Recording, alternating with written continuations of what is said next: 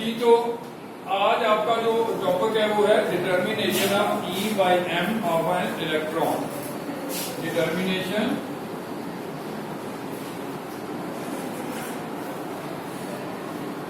Of E by M of an electron. Electron के charge और mass के दरमियान जो रेशियो है वो हमने कैलकुलेट करना है। इसका सबसे पहले कैलकुलेट करने से पहले आपको मैं फायदा बताऊं तो फायदा क्या होगा कि इस रिलेशन की मदद से हम किसी भी पार्टिकल का मास जो है वो कैलकुलेट करने के काबिल होता है। जब किसी पार्टिकल को हमें डिसाइड करना है either we are using electron और प्रोटॉन, तो डेफिनेट सी बात है उसकी चार्ज का आपको मालूम होगा। देन इसी रिलेशन को जो फाइनली हम डिराइव करेंगे उसको यूज करते हुए हम उसके मास की वैल्यू जो है वो निकाल सकते हैं। अगर मास मालूम है चार्ज नहीं मालूम तो हम उसका चार्ज भी निकाल सकते हैं। इस मकसद के लिए अगर आप देखें तो ये एक सरफेस है जिसके ऊपर आपने मैग्नेटिक फील्ड जो है अप्लाई किया हुआ है। इन द सेंस आप समझिए this is into the paper और into the plane of the paper. इससे पहले मैं आप लोगों को टॉपिक में बता चुका हूं डॉट और क्रॉस का जो डिफरेंस है कि जहां पर क्रॉस यूज होते हैं वहां फील्ड की डायरेक्शन इनसाइड द पेज और जहां डॉट होते हैं वहां आउटसाइड द पेज। मीन यहां पर इस वक्त जो मैग्नेटिक फील्ड की डायरेक्शन है वो इनसाइड द पेज है। मीन्स के ऐसे अगर लाइंस ऑफ मैग्नेटिक फोर्स आ रही हैं they are passing through the white board toward the wall, अंदर की जानब जा रहा है। अब इसके अंदर हम एक चार्ज पार्टिकल फर्ज करें, एक इलेक्ट्रॉन है आपके पास, उसको हम थ्रो करते हैं। जब ये इस फील्ड के अंदर से पास करेगा तो अब आप देख रहे हैं कि इसकी जो डायरेक्शन ऑफ मोशन है इस डायग्राम के मुताबिक ये राइट से लेफ्ट की जाएगा, जबकि मैग्नेटिक फील्ड जो है वो इस तरह से है। अगर मैं यहां पे ये मार्कर रखूं और इस एरो को आप देखें तो फील्ड यानी मैग्नेटिक फील्ड बी और इसकी जो वेलोसिटी होगी वो परपेंडिकुलर बन गया।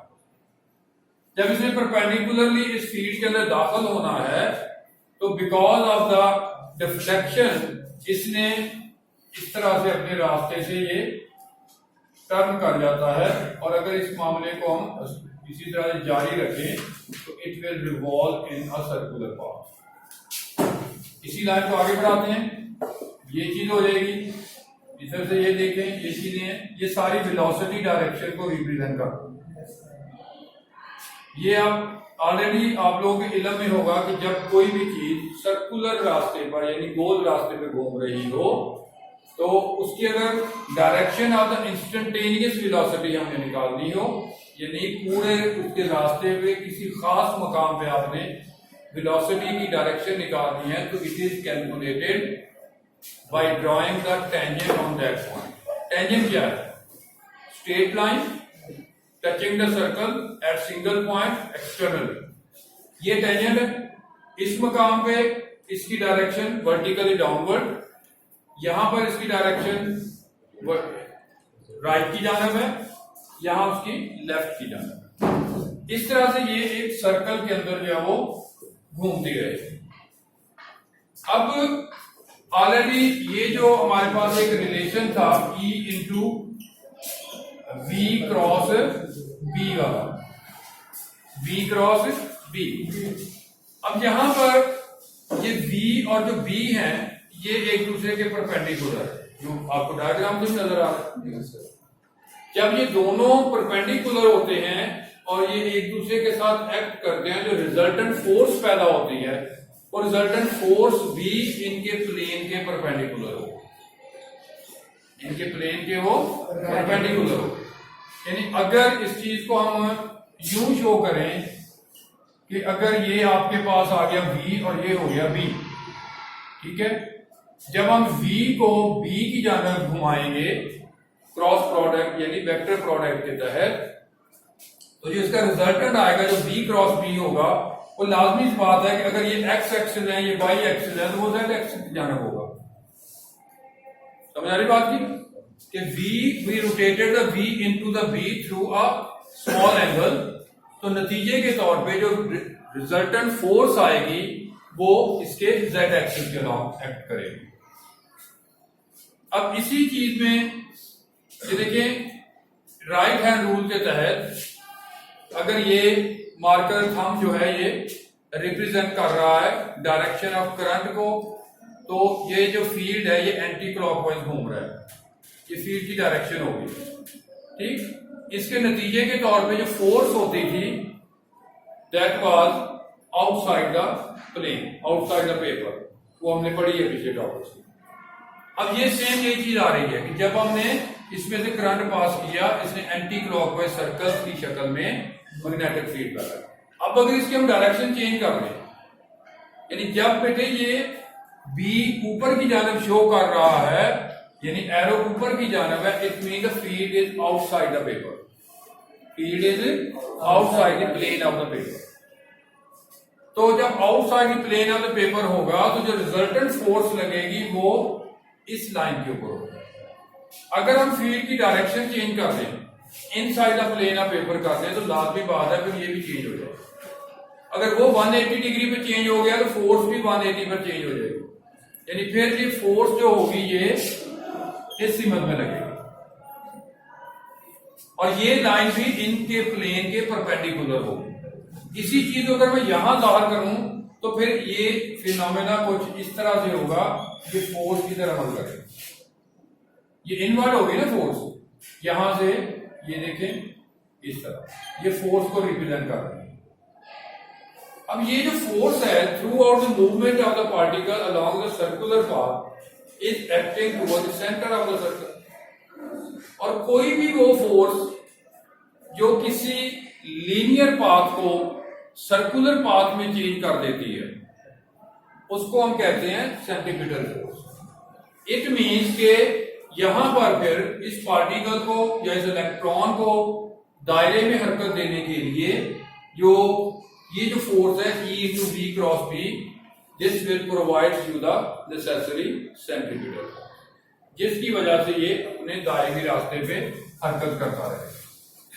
अब यही जो फोर्स आपके सामने मैंने लिखी है, F is equal to E in cross V, sorry V cross B, इसको मैग्नीट्यूड फॉर्म में लिखें तो ये आ जाएगा आपके पास EVB sine theta, EVB sine theta, ये VB को VB साइन थीटा।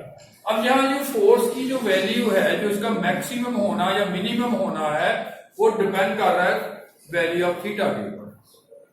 और यू नो कि साइन थीटा मैक्सिमम होता है 90 डिग्री पर, अदर देन 90 डिग्री इसकी वैल्यू जो है वो मैक्सिमम नहीं होती, बल्कि कम से कम होते, इवन के जीरो पे जाके ये मिनिमम हो जाता है।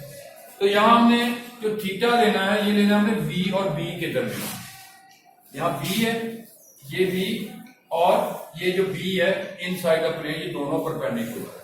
परपेंडिकुलर होने की वजह से थीटा की वैल्यू यहाँ 90 degree, F is equal to EVB sine 90 degree, ये आ जाएगा आपके पास EVB मल्टीप्लाई बाय 1 या F is equal to EVB आ जाएगा।